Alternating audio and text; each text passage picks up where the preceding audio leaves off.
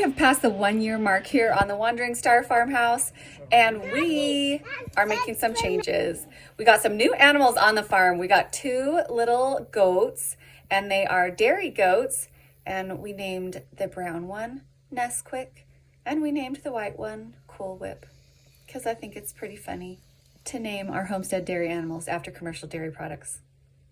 They are getting acclimated to the farm, and we're having a lot of fun having them around.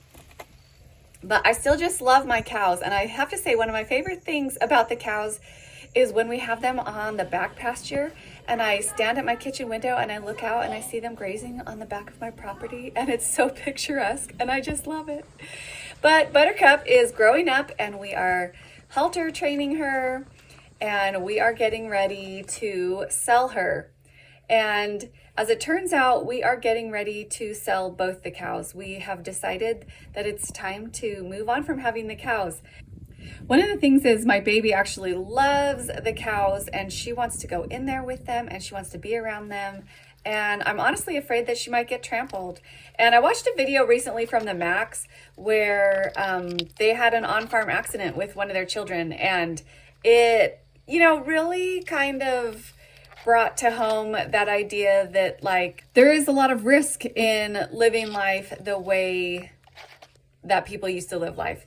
And I'm not raising my kids to have no risk in their life, but if we can have the opportunity to have cows again later in our life when my daughter is a little bit older and understands their power a little bit more,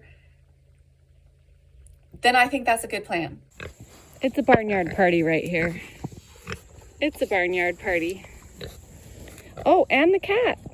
Hi, kitty. But we do have other animal changes happening on the farm soon as well. The pigs are getting closer and closer to their date of going to freezer camp. But going into this winter, it is time to clean out all of the animal housing.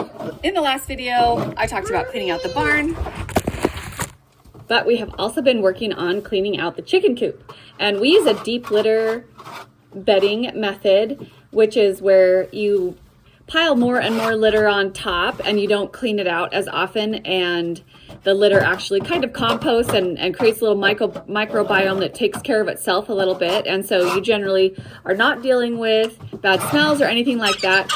My kids had mostly cleared this out the other day, and there was just some more in the corner, but the chickens spread that all out into a little layer on the bottom. We go pour this spent bedding out on the garden, and that will sit there all winter and start to break down and add to the soil. Then I'm going to start fresh and clean with a layer of diatomaceous earth. And you can see that I am doing all these projects with a mask on, as that is best practice. But the diatomaceous earth is going to help with little mites or little critters that we really don't want in here. As you do the deep method, you do end up with microbiology in here that's helping kind of compost or break down the litter. But when I'm just beginning each time, I do like to start fresh with a light layer of diatomaceous earth on the bottom, just to keep everybody clean and healthy. And at this point, I am adding a fresh layer of pine shavings. I really like the kind of medium to large pine shavings in the chicken coop.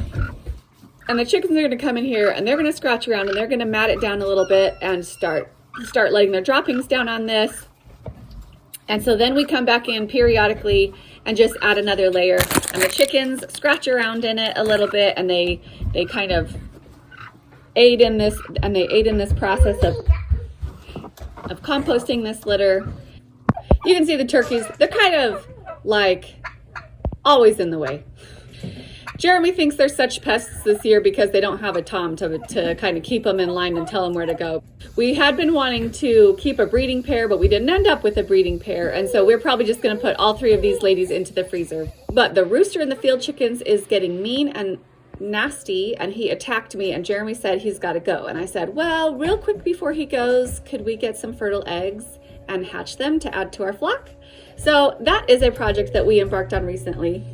The field chickens need an upgrade to their living space, and we got this trailer from our neighbors because they didn't need it anymore. And what we are doing is we're cutting one of these 16-foot cattle panels in half, and we are going to put that use that to hoop over the top of this trailer and make a roof for them. Perfect.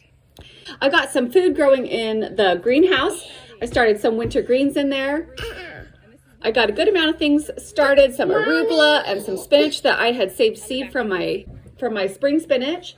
The turkeys did get in here a time or two and scratch things around. They're so annoying. So hopefully we still get some good greens growing. The greens that I have growing outside, I am starting to cover at night because it's been getting cold. I have some green peas growing and they are flowering, but I'm really hoping to get some peas off them before things get way too cold. It is the night before the first hard freeze. I'm collecting all sorts of things to try and dry some herbs and save some herbs before the freeze kills them all. So here's what we've got. Here is some chocolate mint, sage, thyme, parsley, Tulsi basil. Oh, that's celery that I pulled.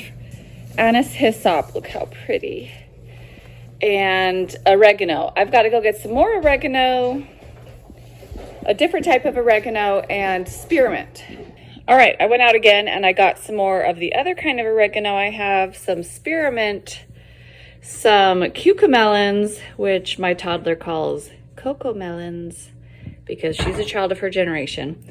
A few nasturtium, but these ones look, everything is actually starting to frost already as I was out there. So those two don't look cute, but brought a couple of these in. Jeremy wants to eat them, I'm sure.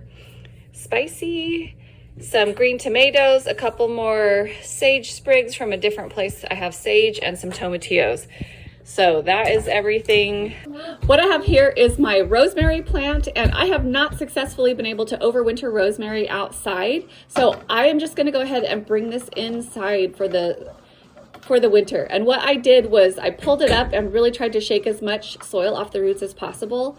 This is going to hopefully prevent me from bringing any kind of like bugs or fungus or anything into the house. So fingers crossed. You can trim up the roots a bit when you're trying to transplant it like this. If you're trimming the roots up at all, you really want to trim up the crown of the plant as much as you're trimming the roots.